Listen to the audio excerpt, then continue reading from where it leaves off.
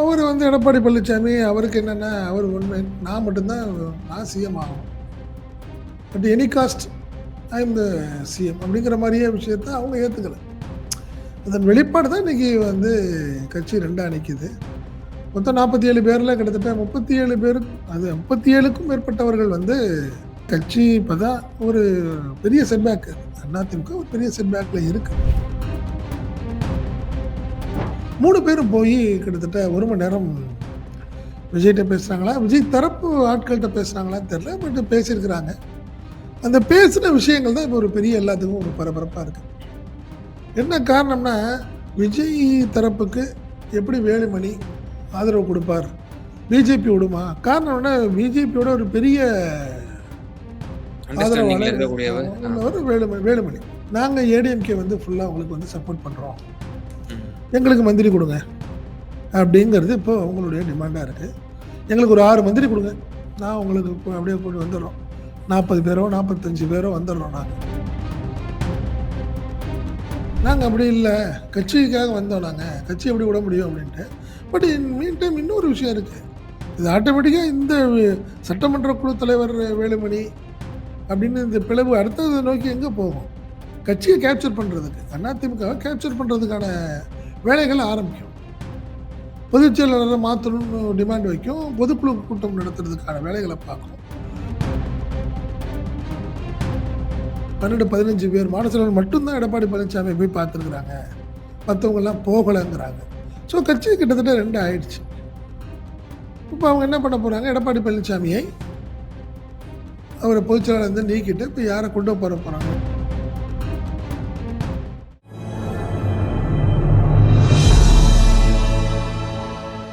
Tamil news நேர்களுக்கு அன்பு வணக்கம். இன்றைய நேர்காணலில் நம்ம இருப்பவர் தமிழ் நியூஸோட ஆசிரியர் மற்றும் பத்திரிகையாளர் திரு செந்தில் சார். சார் வணக்கம். வணக்கம் ஐக்கியம். வணக்கம் சார். திரு விஜய் தலைமையிலான அந்த முதல் சட்டமன்ற கூட்டத்தொடர் வந்து இப்போ துவங்க போகுது. எல்லா எம்எல்ஏக்களும் முதல்ல வந்து பதவி ஏற்றுட்டு இருக்காங்க. ஸோ இப்போ நாளைய தினம் அவர் மெஜாரிட்டியை நிரூபிக்க போறாரு. அதே போல சபாநாயகர், துணை சபாநாயகர் தேர்வு வந்து நடைபெற போகுது. இதுல நம்ம குறிப்பிடத்தக்க விஷயமா ஒரு விஷயம் பார்க்க வேண்டியது இருக்கு சார். அஇஅதிமுகவில் வந்து இருக்கக்கூடிய 47 எம்பிக்கள் ஒரு சேர திரு இபிஎஸ் அவர்களோடு வராமல் இபிஎஸ் கிட்ட ஒரு 5-6 எம்எல்ஏக்கள் தான் வந்ததாகவும், பிறகு எஸ்பி வேலுமணி மற்றும் சி விஜயபாஸ்கர் அவர்களுடைய தலைமையில இன்னும் சில எம்எல்ஏக்கள் வந்து கொண்டிருப்பதாகவும் வந்து நம்ம பார்த்தோம் விஷுவலாவே. இது வந்து ரொம்ப கவனிக்கத்தக்க ஒரு விஷயமா இருக்கு. அதிமுகவில் என்ன நடந்து கொண்டிருக்கிறது, ஏன் இபிஎஸ் உடன் இவர்கள் எல்லாம் ஒரு சேர வரவில்லை? இல்லை, இங்கே ஏற்கனவே நம்ம சொன்னதுதான். இபிஎஸ்க்கு வந்து ஒரு அந்த திருமாவளவன் முதல்வர், டெப்டி சிஎம் எடப்பாடி பழனிசாமிங்கிற ஒரு ஆப்ஷனை வந்து முதல் நாள் ஒத்துக்கிட்ட எடப்பாடி பழனிசாமி அடுத்த நாள் முடியாதுன்ட்டார். இந்த விஷயம் வந்து அதிமுக சீனியர் மெம்பர்ஸுக்கு ரொம்ப கோபத்தை ஏற்படுத்திருச்சு. அவங்க ஏற்கனவே 5 வருஷமாக எதிர்கட்சியாக இருந்துட்டாங்க, இப்போ ஆளுங்கட்சியாக வரணும்னு ட்ரை பண்ணாங்க, வாய்ப்பெல்லாம் போயிடுச்சு. பட் இந்த நிலையில் ஒரு பெரிய ஒரு ஆப்ஷன் கிடைக்குது, அதை ஏன் கெடுக்குறீங்க அப்படிங்கிற ஒரு கடுமையான கோபம். அவர் வந்து எடப்பாடி பழனிசாமி அவருக்கு என்னென்னா அவர் உண்மை நான் மட்டும்தான் நான் சிஎம் ஆகணும், but any cost I am the CM அப்படிங்கிற மாதிரியே விஷயத்த அவங்க ஏற்றுக்கலை. அதன் வெளிப்பாடு தான் இன்றைக்கி வந்து கட்சி ரெண்டாக நிற்கிது.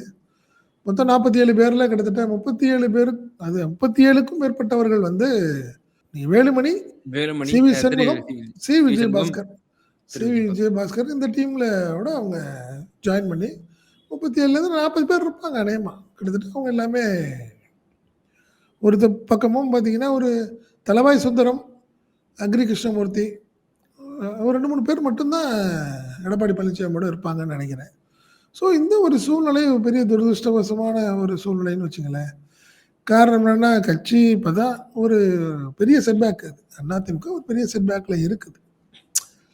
பல இடங்களில் டெபாசிட்டை இழந்து, பல இடங்கள்லாம் கிட்டத்தட்ட 6-7 இடங்களில் டெபாசிட் இழந்துருச்சு வச்சுங்களேன். ஸோ இந்த விஷயம் எல்லாமே ஒரு கடுமையான அதிருப்தியில் இருக்காங்க தொண்டர்கள். இந்த நிலையில் இப்போ திடீர்னு ஒரு 2ஆக பிரியறதுங்கிறத வந்து யாருமே ரசிக்கலை. ஏன்னா இப்போ வந்து களம் வந்து விஜய், பட் திமுக கிட்டத்தட்ட எதிர்கட்சி அப்படின்னு ஆயிடுச்சு. தெரிஞ்சோ தெரியாமலே விஜய் என்ன சொன்னாரோ அதே நடக்க ஆரம்பிச்சிருச்சு. டிவிகே வெர்சஸ் டிஎம்கேங்கிற ஒரு சூழ்நிலை ஆயிடுச்சு. இப்போ ஏடிஎம்கே வந்து கிட்டத்தட்ட காணாமல் போய்விட்ட ஒரு சூழ்நிலையில இருக்குது. இது வேறு வழி இல்லாமல் இப்போ என்ன பண்ணுறாங்க, இந்த 37 40 எம்எல்ஏக்களும் ஒரு தனி அணியாக உருவாகுறாங்க. அவங்க வந்து விஜயோட கூட்டணி பேச்சுவார்த்தை நடத்துவதாக ஒரு தகவல் சொல்கிறாங்க. ஏற்கனவே விஜயை போய் அவங்க கிட்டத்தட்ட ஒரு கடந்த இன்னைக்கு ரிசல்ட் வந்து அடுத்த நாளைக்கே போய் பார்த்தாங்க அப்படின்னு ஒரு தகவல் சொல்கிறாங்க. விஜய் தரப்பில் ஒத்துக்கலை, வேண்டாம் அப்படிங்கிறத சொல்லியிருக்காங்கன்ட்டு. நேற்று இரவு மீண்டும் Velumani, Thiru C V. Shanmugam, G C. Bhaskar Vijayabhaskar 3 பேரும் போய் கிட்டத்தட்ட 1 மணி நேரம் விஜய்கிட்ட பேசுகிறாங்களா, விஜய் தரப்பு ஆட்கள்கிட்ட பேசுகிறாங்களான்னு தெரில, பட் பேசியிருக்கிறாங்க. அந்த பேசின விஷயங்கள் தான் இப்போ ஒரு பெரிய எல்லாத்துக்கும் ஒரு பரபரப்பாக இருக்குது.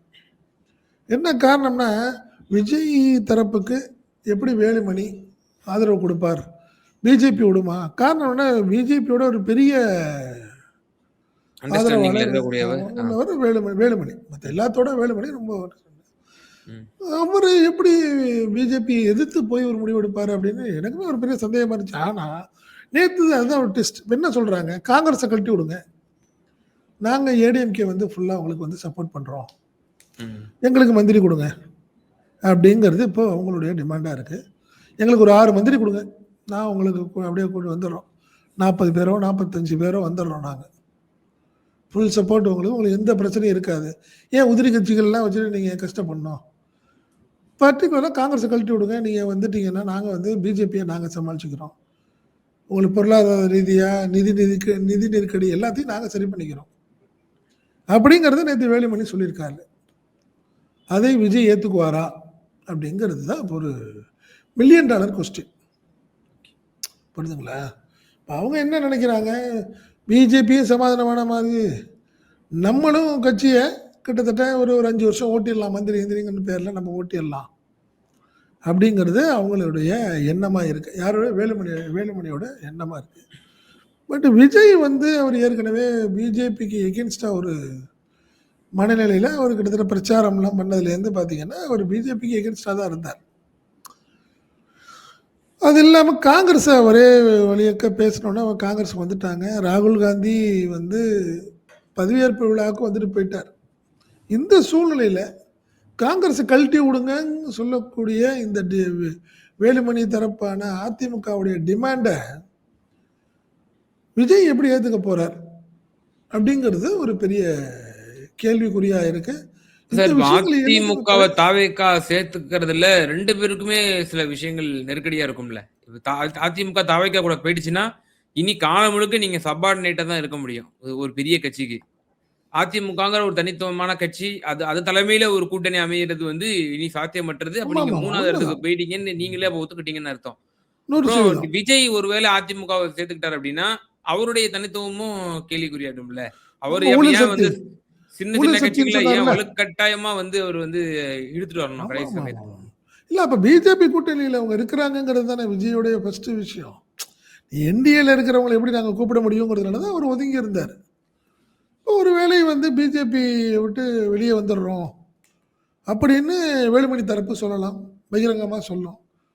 நாங்கள் வந்து என்டிஏ கூட்டணியில் நாங்கள் கிடையாது, நாங்கள் அதிமுகவுடைய பி, ஸோ நாங்கள் தனியாக முடிவெடுக்க போகிறோம், நாங்கள் விஜயை கூட்டணி சேர போகிறோம்னு சொல்லலாம். இந்த விஷயங்கள்லாம் அடுத்தடுத்து நடக்க போகுதுன்னு சொல்கிறாங்க. அதாவது பெரும்பான்மை நிரூபித்தது பிறகு இந்த சம்பந்தமான விஷயங்களை பேசிக்கலாம் அப்படின்னு விஜய் சொல்லிட்டாரு அப்படின்னு சொல்கிறாங்க. அதனால தான் அவர் காங்கிரஸுக்கு நேற்று கூட வந்து அமைச்சரவையில் இன்னும் பங்கு கொடுக்கல. அவர் பெரும்பான்மை என்ன காரணம்னா இன்னொரு விஷயம் இருக்குது ஐக்கியமையில், பெரும்பான்மை நிரூபிக்க வேண்டிய கட்டாயம் இருக்குது அவருக்கு. காங்கிரஸில் யார் என்ன பண்ணுவாங்கன்னு தெரியாது. 118 நிற்கிது, அப்படியே நிற்கிது ஷார்ப்பாக. 20ன்னு சொல்லியிருக்கிறாங்க, ஐஎம்னு சொல்லி 120 பேர்னு சொல்லியிருக்காங்க. கடைசி நேரத்தில் மாறுதலுக்கு உட்பட்ட விஷயம் ஆயிரும். அதனால தான் விவரமாக விஜய் என்ன பண்ணுறாரு, எல்லாத்துக்கும் மந்திரி கொடுத்துட வேணாம், கொடுத்தீங்கன்னா அதில் ஒரு அதிருப்தி இருக்கும். நீங்கள் காங்கிரஸில் 5 பேர் போகிறாங்க, அதில் 2 பேருக்கு தான் தர முடியும், மீதி 3 பேர் அதிருப்தியில் இருப்பாங்க. 3 பேரில் எங்களுக்கு தரவே இல்லைன்னு அந்த 3 பேர் மாற்றி போட்டு விட்டாங்கன்னா, ஸோ இந்த பிரச்சனையெல்லாம் இருக்குங்கிறதுனால தான் விஜய் வந்து தெளிவாக இந்த பெரும்பான்மையை நிரூபித்தது பிறகு மற்றதை மந்திரி சபையை வந்து விரிவாக்கத்தை கொஞ்சம் தள்ளி வச்சிருக்காரு. ஸோ இதுவும் கூட அதிமுக தரப்புக்கு வந்து, அதாவது பி டீமுக்கு வந்து ஒரு சாதகமா இருக்கிறதா ஃபீல் பண்றாங்க. நீங்க சொல்ற ஒரு விஷயம் கரெக்ட்டு.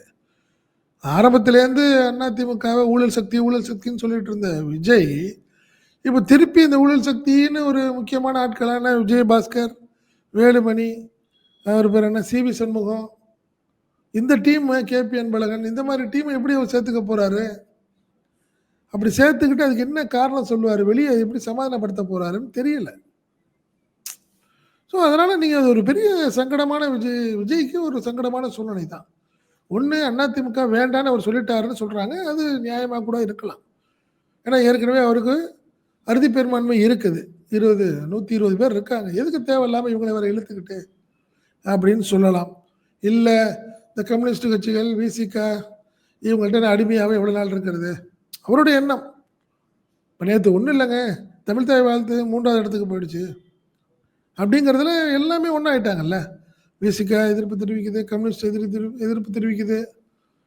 ஒண்ணும் வேற வழி இல்லாம இன்னைக்கு யாதவ அர்ஜுன் வந்து ஒரு அறிக்கையை வெளியிடுற மாரி ஆயிடுச்சு. இல்ல இது தவறு நடந்துருச்சு. யார் தவறு பண்ணான்னு தெரியல. பட் இனிமே வந்து அது மாரி நடக்காதுன்னு சொல்ட்டாங்க.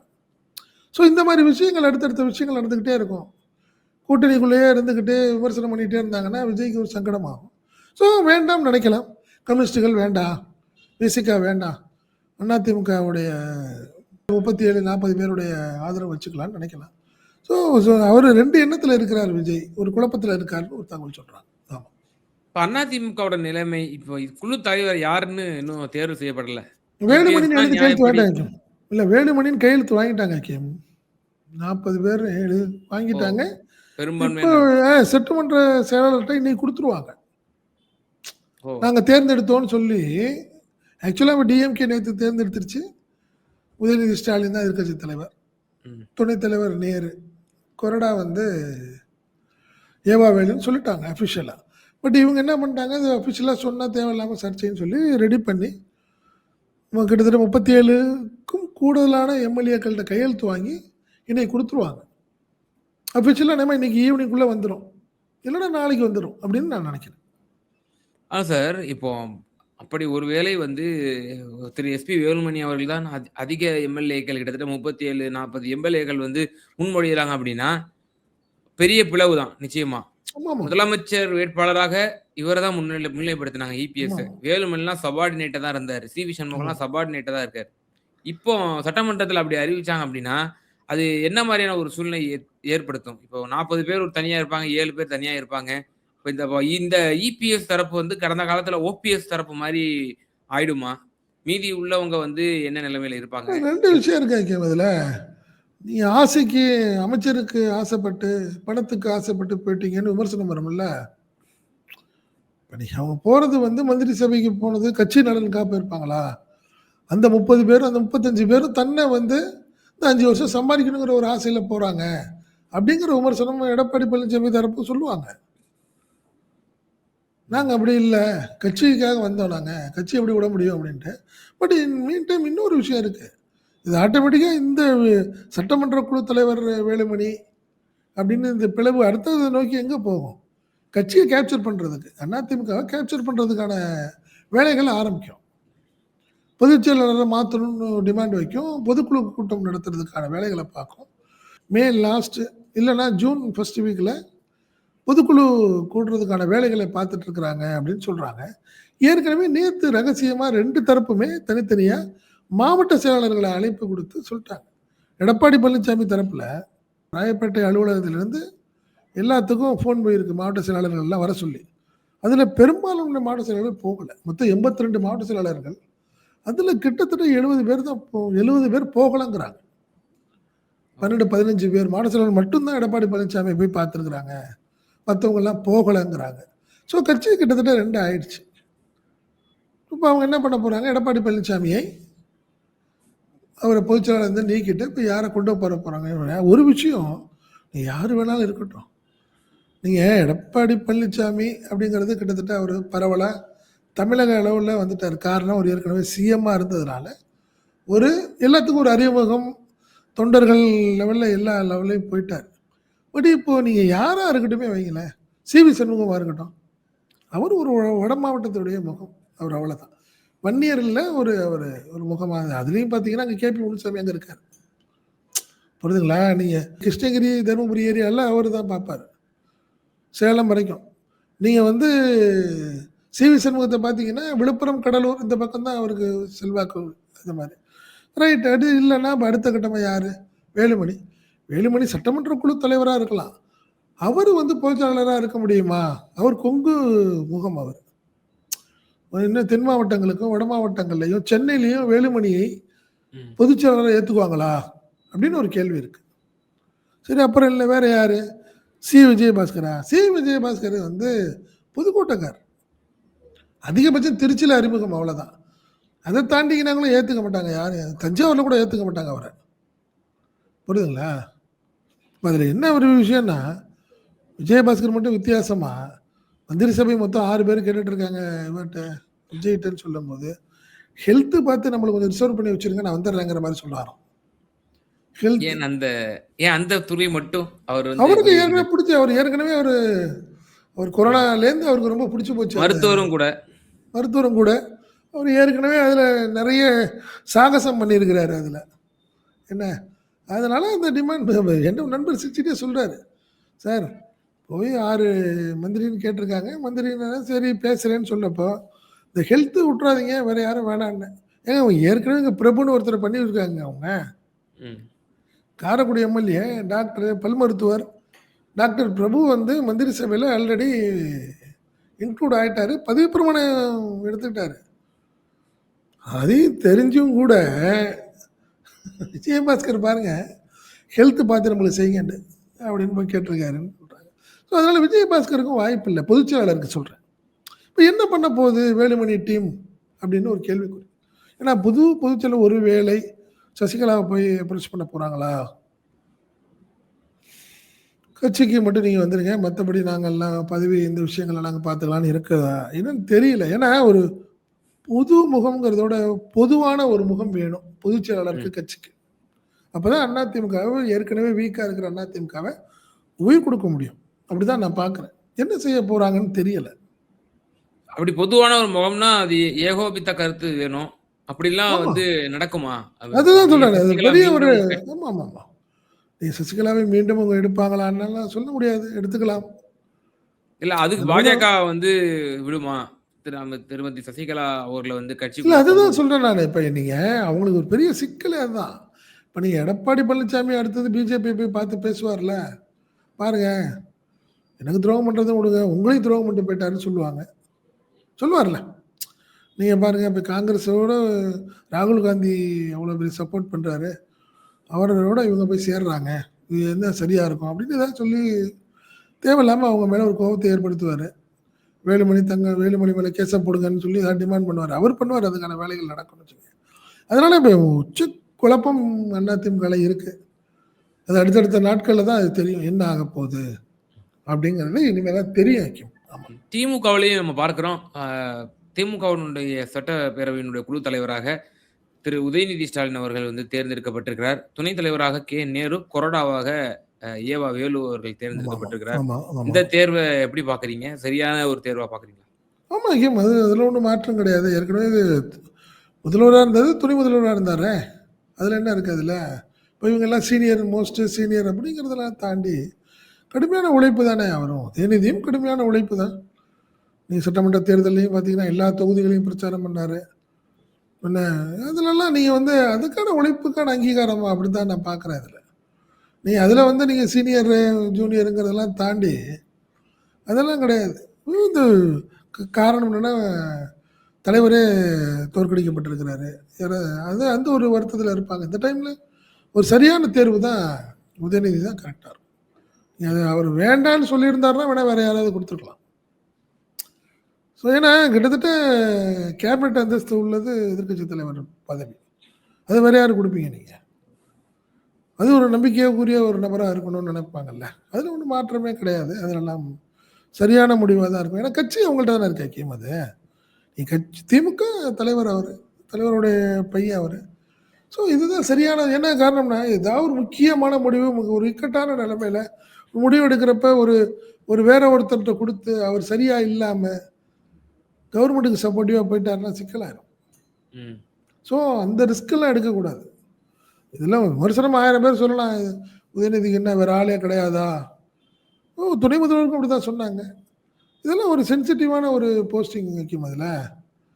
ஒரு முக்கியமான ஒரு மசோதாவுக்கு எதிர்ப்பு தெரிவிக்க வேண்டிய கட்டாயம் அப்படிங்கிற ஒரு சூழ்நிலையில டக்குன்னு அன்னைக்கு வராம போயிட்டாங்கன்னா முடிஞ்சு போச்சு. நீங்க எதிர்க்கட்சி தலைவர் வராம போனா போதும்.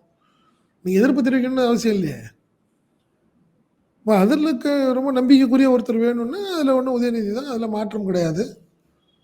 நிச்சயமா சார். வரக்கூடிய காலங்கள்ல திரு உதயநிதி, நேர் எதிராக திரு விஜய், இப்படி 2 இளம் தலைவர்கள் கிட்டத்தட்ட இருவருக்கும் ஓரளவு ஒரே வயசு தான். 1, 2 வயது மூத்தவரா எய்த்தாப்புல இருப்பார் திரு விஜய் உட்காந்து அவர்கள். பாத்தீங்களா? இப்ப சட்டசபையில எய்த்தாப்புல ஆமா, ஆமா, உட்காந்துக்கிறாங்க. ஆமா. விஜய் வந்து அவர் உதயநிதியை பார்க்கறத தவிர்க்கிறார்.